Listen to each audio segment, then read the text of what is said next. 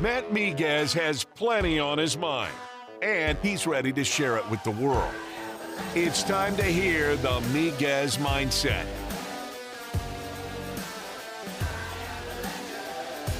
Welcome into the Miguez Mindset here on ESPN 103.7 Lafayette and 104.1 Lake Charles. Matt Miguez here previewing the biggest game in the college football slate for this weekend. That is, of course, your LSU Tigers. 6-1, 3-0 in the SEC. They'll head to College Station to take on the 14th ranked Texas A&M Aggies, who are also 6-1, but they are 4-0 in the SEC. Look, this game opened as a 3-point spread in favor of Texas A&M, which is basically a pick'em, considering you get 3 points for being the home team.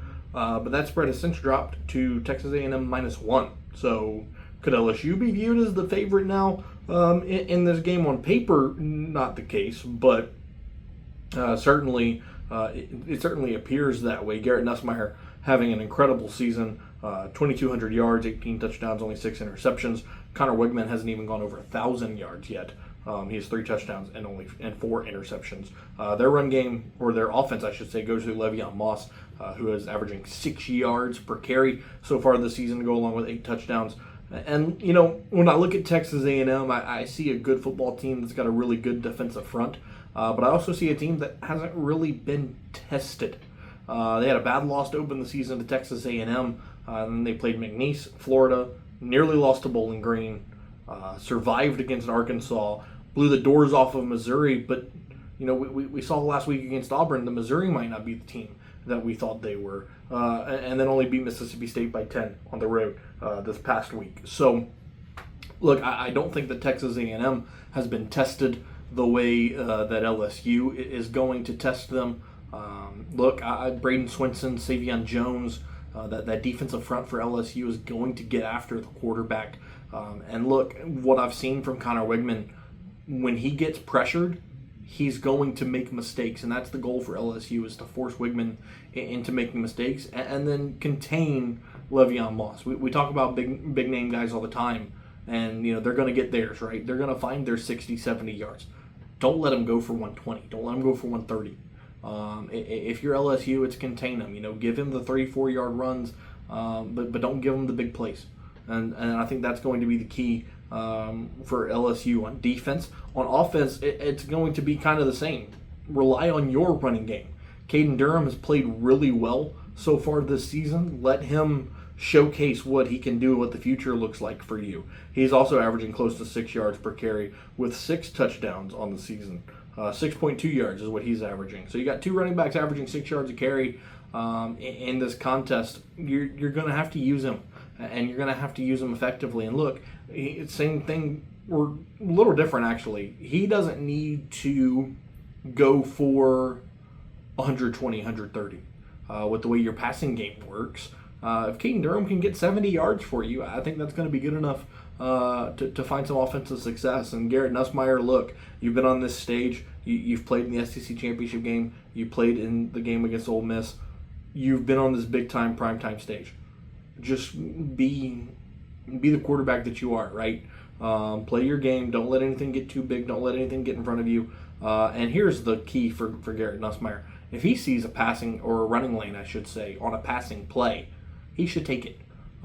Because what that's going to do is that's going to keep somebody on the Texas A&M side spying him, and that's going to open a lane somewhere for somebody else. So if there's an opportunity for Garrett Nussmeier to take off and get 5-6 yards at a time, I think he should absolutely take it and show the Texas A&M defense that he is capable to take off running if it is ever so necessary.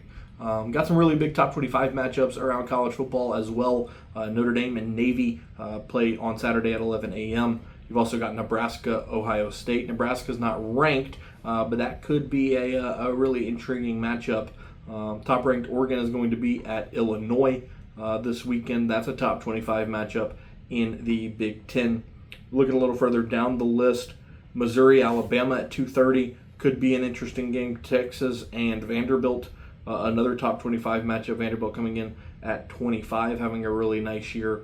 Penn State's got Wisconsin in Madison. That could be an interesting game. The Kansas State rivalry is always entertaining. That's tomorrow night as well. So another great week of college football here that we're already in week 9, which is just absolutely insane. But, look, going back to LSU, it's just find a way to win this one, because the winner of this game is the only undefeated team left in the SEC, which makes them the number 1 team in the SEC, and that puts them in the driver's seat to control their own destiny as they head into November, which is exactly where they want to be. So this is going to be an important one under the lights Saturday night in College Station. Also, speaking of important games, New Orleans Saints, losers of their last 5. They've got to find a way to get back on the winning streak. Taysom Hill could be coming back on Sunday against the Chargers. Cesar Ruiz as well.